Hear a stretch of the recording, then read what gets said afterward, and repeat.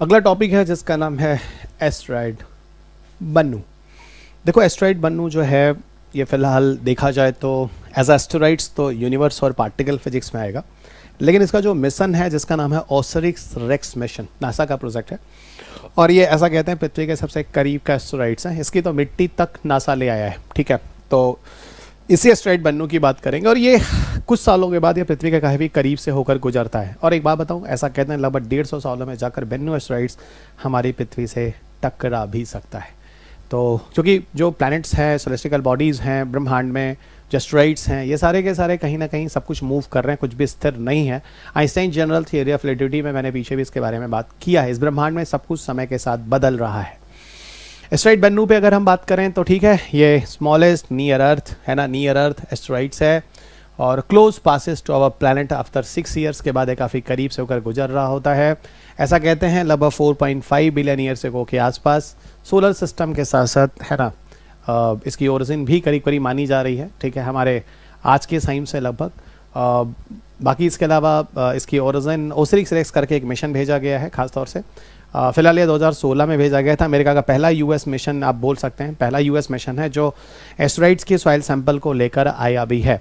इसके अलावा और भी चीज़ें हैं, यहाँ पर हम उसके लाइफ्स को समझने वाले हैं, एस्टेरॉइड्स के नेचर को समझने वाले हैं, या कह लो वहाँ पर बायो सिग्नेचर भी करने वाले हैं। बायो सिग्नेचर का मतलब होता है वहाँ के सॉइल सैंपल वगैरह को लेकर हम वहाँ के बारे में पास्ट लाइफ और प्रेजेंट लाइफ की स्टडी करेंगे, इसको हम कहते हैं बायो सिग्नेचर्स। इसके अलावा और भी मिशंस हैं जो एस्टेरॉइड्स के सॉइल सैंपल लेकर आए, जैसे जापान का एक हयाबुसा है 1, हयाबुसा 2 है, जिस पे मैंने स्पेस में आपको बात किया है।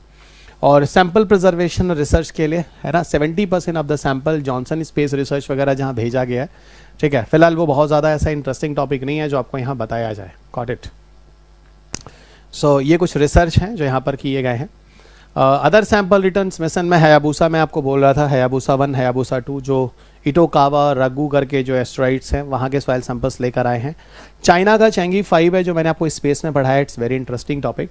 और यहाँ पर चाइना 4 डिकेड्स के बाद, 4 डिकेड मतलब 40 साल के बाद फिर मून का जो सॉइल सैंपल लेकर आया है। फिर वही बात हो गई जो 2020 में पृथ्वी पर लौटा है और बायो सिग्नेचर करेंगे, उसकी केमिकल टेस्टिंग करने के बाद वहाँ पर पास्ट लाइफ और प्रेजेंट लाइफ को जानने की कोशिश करेंगे, ठीक है। तो ये सारे कुछ मिशंस हैं जो सैंपल रिट्राइवल मिशन कह सकते हैं, जहाँ सैंपल्स को लेकर आए हैं।